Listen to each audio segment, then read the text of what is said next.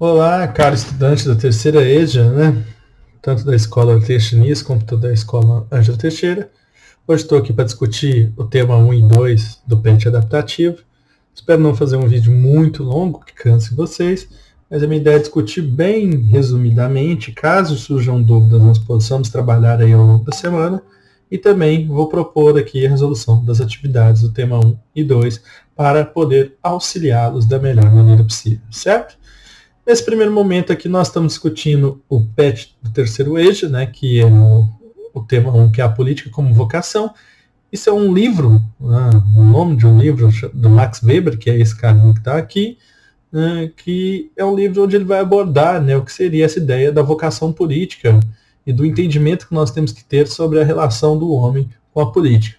A primeira coisa que nós temos que entender é que todo o exercício de estar em sociedade, de processos decisórios, são exercícios políticos. Nós, brasileiros, né, nós temos uma certa aversão à política e essa aversão é até em certa medida justificada, né, porque a gente enxerga no ambiente político um ambiente de não confiança. Né? Tanto é que hoje está muito na moda os políticos falarem que não é para fazer política, né, e isso é muito interessante, porque ele é político, né, a gente está vendo aí, passando na televisão a CPI, né, falando da Covid. Tem muita gente falando que a gente não deve politizar essas coisas, né? Sendo que, na verdade, a única forma de trabalhar, né, de cuidar das pessoas da melhor maneira possível é através do debate político. Então, a gente abster esse debate político, né, e principalmente pessoas que estão lá como representantes políticos, votados, eleitos, ganhando um salário robusto, falarem que não estão lá para fazer política, me causa um certo estranhamento, certo? Mas vamos lá, vamos por partes, né?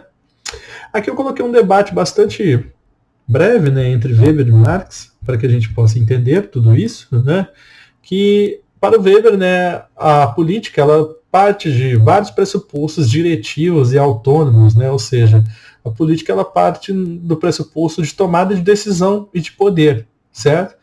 A política, então, ela se encontra. Né? Existe uma política bancária, uma política econômica, uma política de empresa, uma política dentro da escola, né? O que é essa política? Né? É uma tomada de decisão de um agrupamento de pessoas, certo? O Weber, então, ele vai dizer que nós temos, né, por predisposição e por forma de pensar, de jogar a questão política como se ela estivesse exclusivamente no ambiente do Estado, certo? Ou seja, é lá que se exerce a política, nos outros âmbitos da nossa vida não se exerce.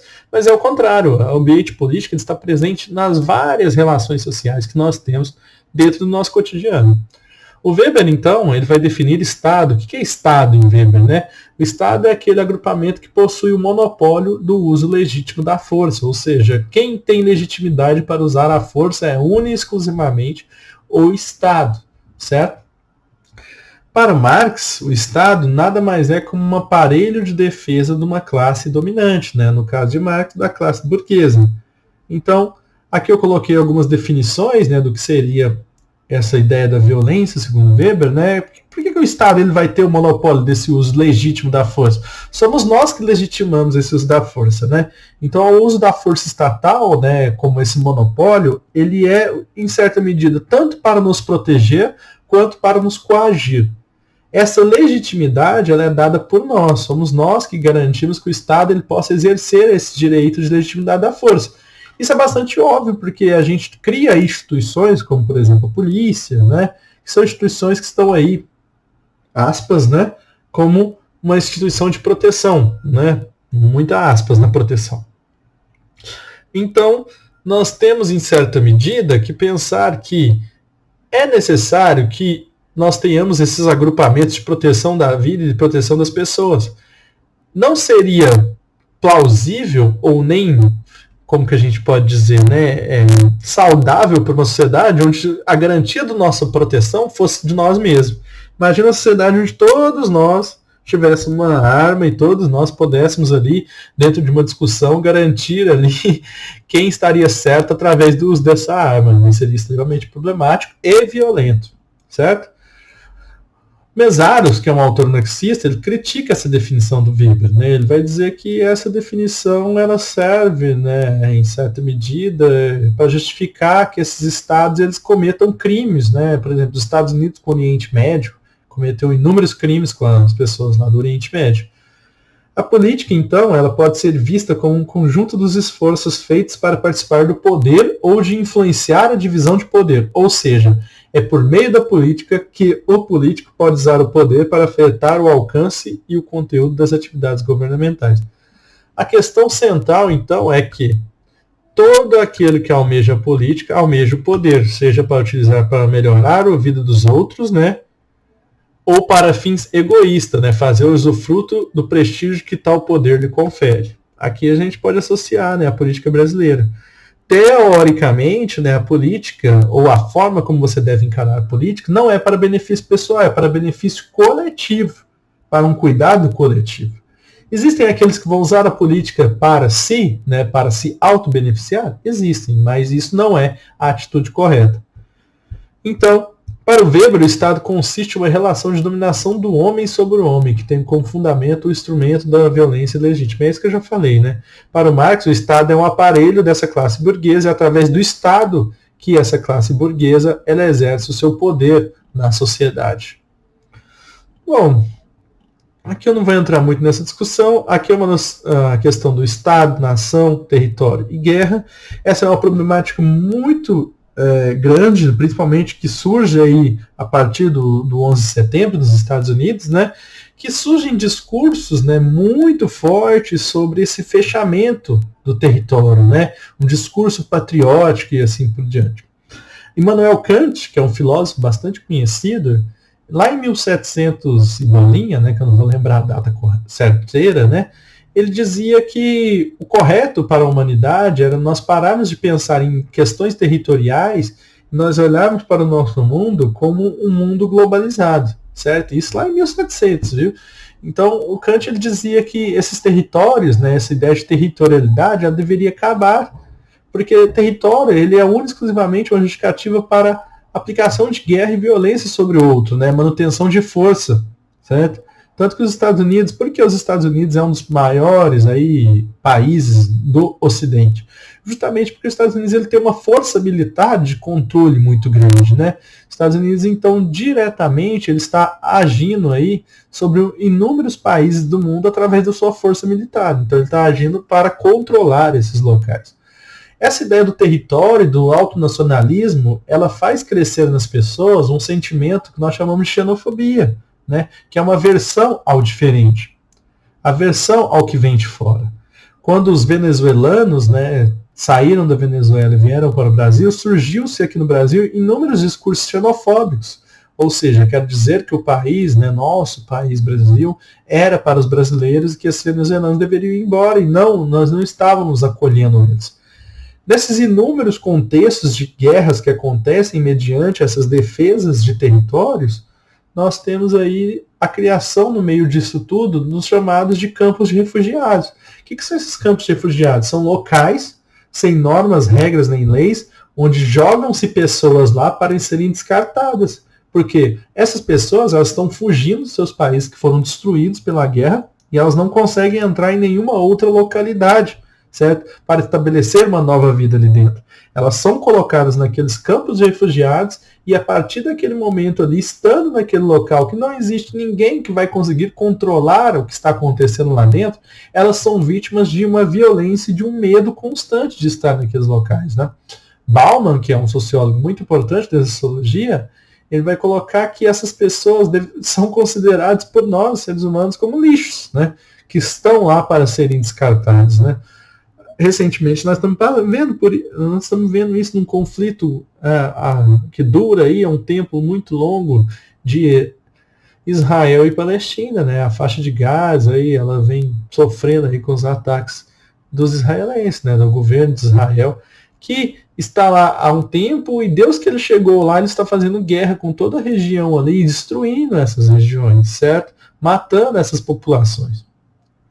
Bom, vamos às atividades, então. De acordo com a definição de Estado em Karl Marx e Max Weber, é possível afirmar que o Estado, para o Weber, serve aos interesses das classes dominadas, né? Pensando em capitalismo das classes trabalhadoras? Não. Estado, para Marx, possui monopólio? Não. Estado, para Marx e Weber, segue as mesmas definições? Não.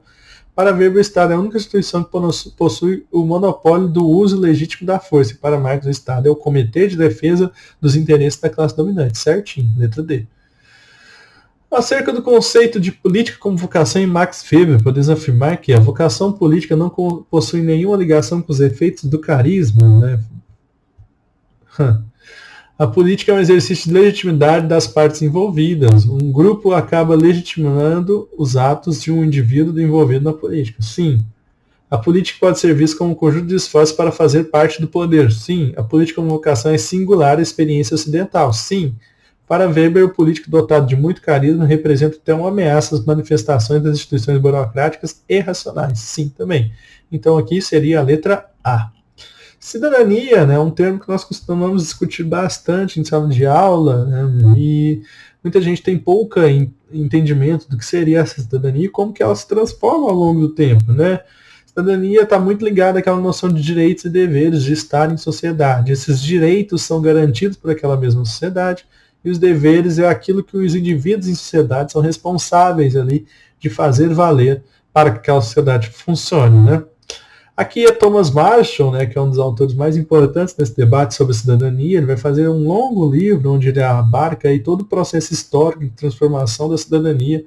Ele vai dizer que existem diversas formas de aparecimento, né, dessa cidadania. Num primeiro momento, nós temos essa cidadania que ele chama de cidadania civil, que é a defesa desse direito à propriedade privada, né? Depois nós temos a cidadania de um conceito político. Depois nós temos a cidadania social, considerado que os direitos cidadãos se estendem ao bem-estar social e outros benefícios. Alguns autores já sugerem que atualmente nós vivemos uma passagem para uma quarta etapa da cidadania, que diz respeito à cidadania de cunho ambiental, que visa um maior cuidado com esse meio ambiente, ou seja, com o universo que nos cerca. Que coloquei a Greta, né, que ela é uma ativista do meio ambiente, muito conhecida aí na internet. Processos decisórios em meio à internet e esvaziamento do debate público. Aqui é só para que a gente entenda, né, que a internet ela transformou tudo, as nossas relações de mundo, nossa forma de estar no mundo, e essa transformação que a internet trouxe, né, ela, em certa medida, causou um esvaziamento na forma de pensar, né, da complexidade da nossa vida, certo? Então nós estamos acostumados a pensar das coisas da maneira muito rápida, da forma como a internet ela nos proporciona, né? Eu fiz um debate sobre isso no sábado aí que nós tivemos. Alguns participaram, nem todos. Então, hoje, né, muito do que nós vivemos atualmente dentro do campo da política vem desses não discursos que estão dentro da internet, né? Esses discursos que estão ausentes de profundidade, e essa ausência de profundidade, ela esvazia todo o sentido da coisa. Então nós recebemos uma enxurrada de notícias diariamente, que nós não sabemos qual é a realidade daquelas notícias, e essa enxurrada de notícias diárias faz com que nós nos confundamos, né? Confundemos, né? Confundamos não existe. Faz com que torna tudo muito confuso, né? Tanto é que essas que nós chamamos hoje de fake news, né? A era da pós-verdade, ela está em alta, certo? Aqui eu coloquei uma discussão bem interessante, né? Como a gente se ausenta desse debate político, nós colocamos tudo nas costas dos nossos políticos, né? Nós acabamos esquecendo que existem vários níveis de corrupção. Não estou querendo dizer que a corrupção política não seja um problema, estou querendo dizer que existem corrupções aí que são problemas muito maiores que as corrupções de cunho político, né? Então nós temos aqui, né, o fundador da Ricardo Elétrica e suas filhas são presos acusados de sonegação de imposto. Sonegação de imposto é algo extremamente problemático, e as classes dominantes, as classes ricas, elas são as sonegadoras de impostos aí e sonegam muita coisa, né? Na ordem das casas dos bilhões todo ano, certo? O maior problema do Brasil que nós temos são que essas classes sociais mais abastadas, né, os grandes, ricos empresários, além de tirar toda a riqueza do Brasil, eles sonegam aquela riqueza, né? Eles não devolvem essa riqueza. Bom, aqui há toda essa discussão que eu acabei de falar.